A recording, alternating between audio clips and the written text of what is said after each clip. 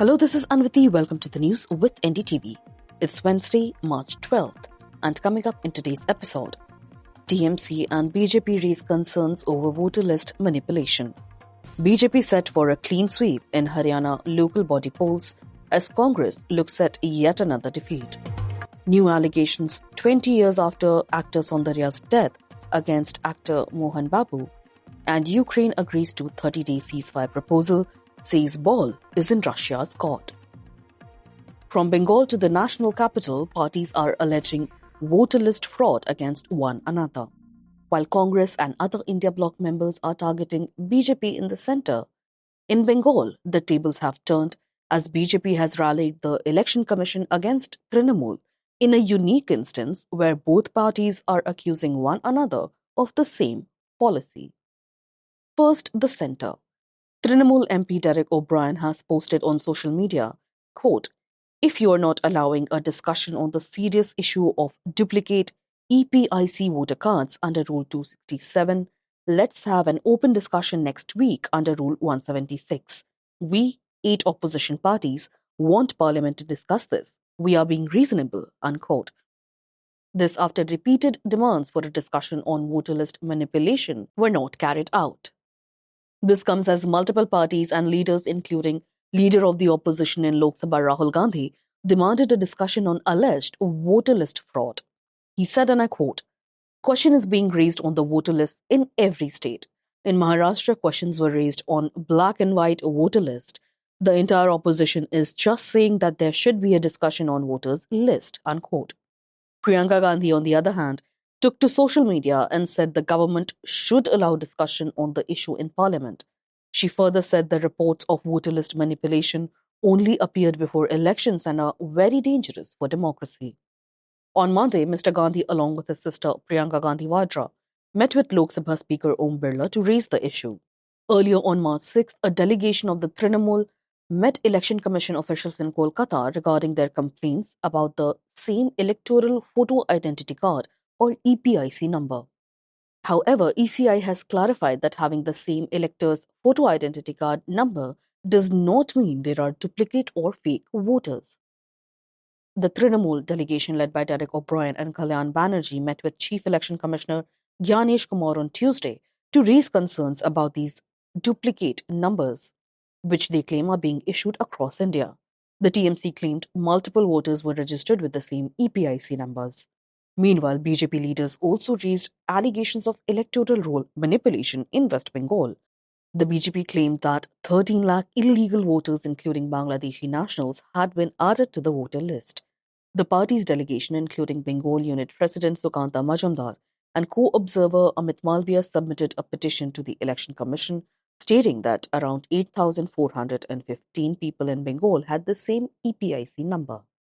In response, the Election Commission issued a statement on X stating, "Only Indian citizens over 18 years of age can be registered as electors in the polling booths where there are ordinary residents." The Election Commission also emphasized that updating the electoral roll is a participative process involving all political parties and includes appeal mechanisms under the Representation of People Act 1950. Additionally, Biju Janata Dal delegation met Election Commission and raised concerns about unusual variances in votes cast in the 2024 Parliament and Assembly election.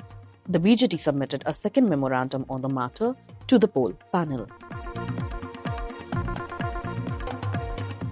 Over 20 years after actor Soundarya died in a plane crash, a complaint has been filed alleging popular Telugu actor Mohan Babu's involvement in what has been considered an accidental death for 2 decades. A police complaint has been filed in Khamman district, Andhra Pradesh, claiming that Soundarya's death was not accidental but linked to a property dispute with Mohan Babu. The complainant, Chittimalu, accuses Mohan Babu of pressuring Soundarya and her brother to sell 6 acres of land in Shamshabad. When the siblings refused, a conflict reportedly started between the two actors. After Soundarya's death, Chittimalu claims that Mohan Babu eventually took control of the land by force. No formal investigation has begun yet, and it remains unclear how Chittimalu is connected to the actors involved.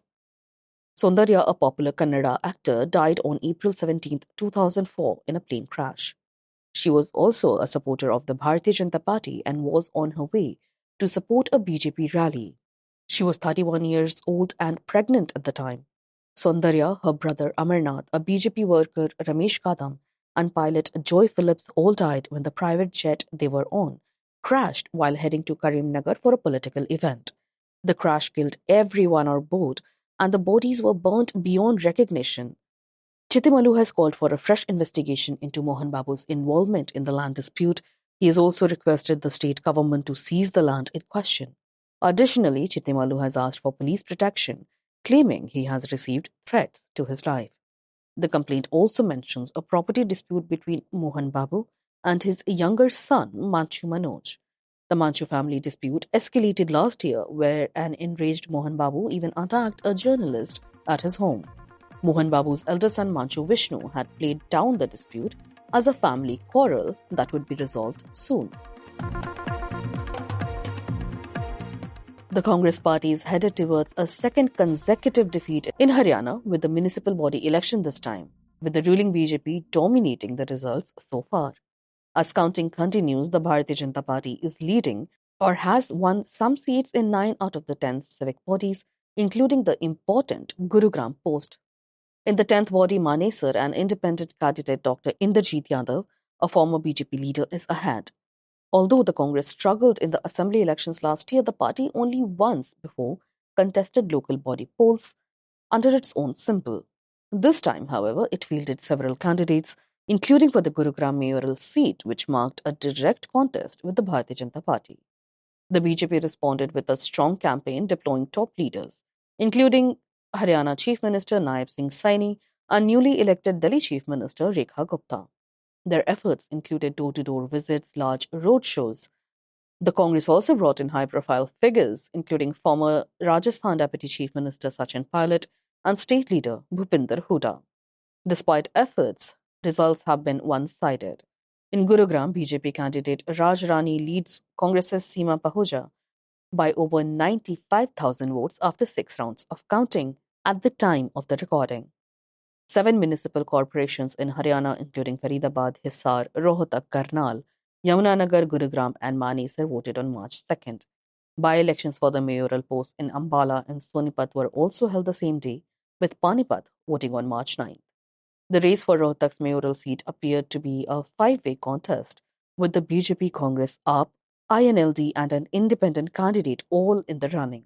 However, Bharatiya Janata Party's Ram Avatar emerged victorious, securing over 1 lakh votes. Congress candidate Surajmal Kiloi came second, trailing by more than 45,000 votes.